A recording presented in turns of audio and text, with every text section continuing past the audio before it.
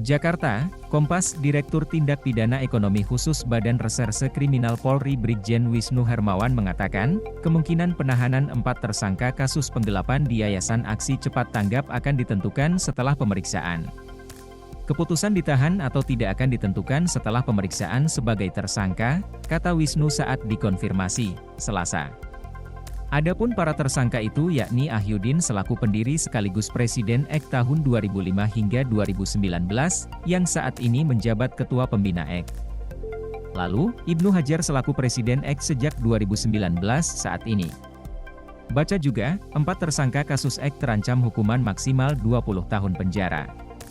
Kemudian, Haryana Hermain selaku pengawas EK tahun 2019 yang saat ini menjadi anggota Pembina EK, serta anggota Pembina EK tahun 2019, 2021 dan Ketua Pembina EK saat ini, Novaryadi Imam Akbari. Menurut Wisnu, pihaknya akan memanggil keempat tersangka pada Jumat. Wisnu mengatakan, pemanggilan tersebut dilakukan dalam rangka pemeriksaan tersangka.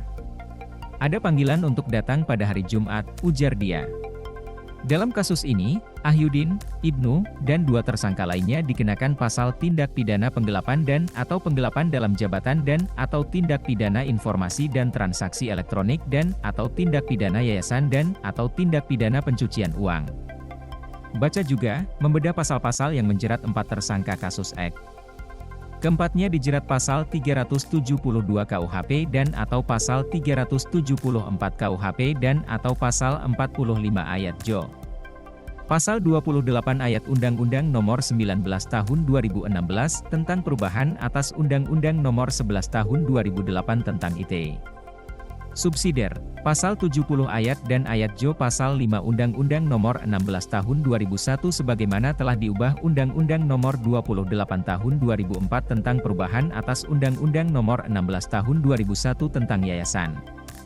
Selanjutnya, dikenakan Pasal 3, Pasal 4, dan Pasal 5 Undang-Undang Nomor 8 Tahun 2010 tentang Pencegahan dan TPPU Jo.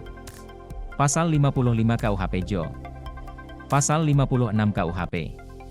Menurut Wakil Direktur Tindak Pidana Ekonomi Khusus Bareskrim Polri Kombes Helvi Assegaf, keempat tersangka terancaman penjara untuk TPPU 20 tahun dan penggelapan 4 tahun.